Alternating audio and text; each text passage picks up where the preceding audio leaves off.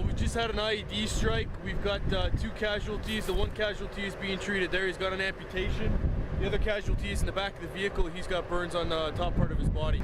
All right, sir, get to the back. We're going to throw the stretcher right here. This is just a training exercise, but the scenario is very real. Push out.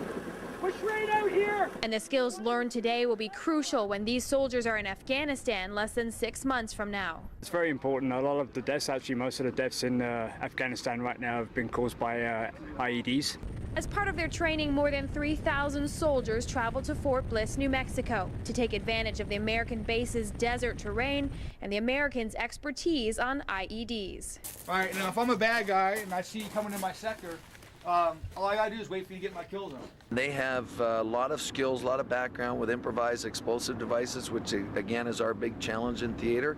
So they're running a few stands for us. And pretty much everything that's on your cars is what's on here. All the people running the stands were in Iraq or Afghanistan, and they all experienced an IED or were right beside an IED. So it's lessons learned from people the hard way. When you took your knee, when you seen it, we're on range to simulate dealing with those explosive devices, and it's a real eye-opener for a lot of us. Before setting foot on the ranges, the soldiers were given a lecture off camera on the reality of how advanced the devices are becoming in the hands of insurgents. They're creative people, so using homemade explosives is a common practice. The items by themselves are not illegal, but put them together because they're readily available, they're deadly, and they know how to use them. And they've become the #1 killer of Canadian soldiers in Afghanistan. More than 40 soldiers have been killed by an IED or suicide bomb, and countless others injured since the Canadian mission began in 2002. They're catastrophic. They work well, they're inexpensive for them to use, and it's easy for them to deploy because of the terrain in Afghanistan. So the biggest question remains, how can soldiers prevent these attacks? Our biggest defense is their minds and their eyes. Being aware, constantly aware of what's going on. Potentially anything that you can think of, it could be an explosive device. The way that they explained it to us was that it's simply limited by your imagination.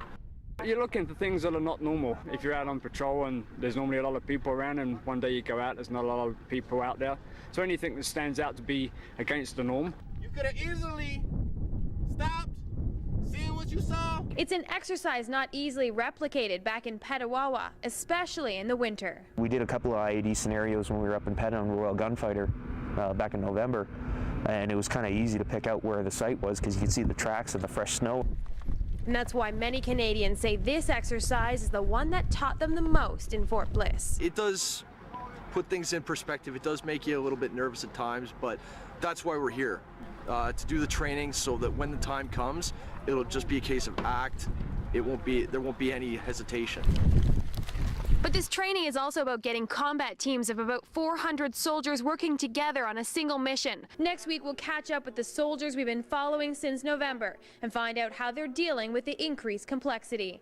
In Fort Bliss, Jennifer Madigan, 8 Channel News. For recovery, you got engineer assets, the speeds of EOD.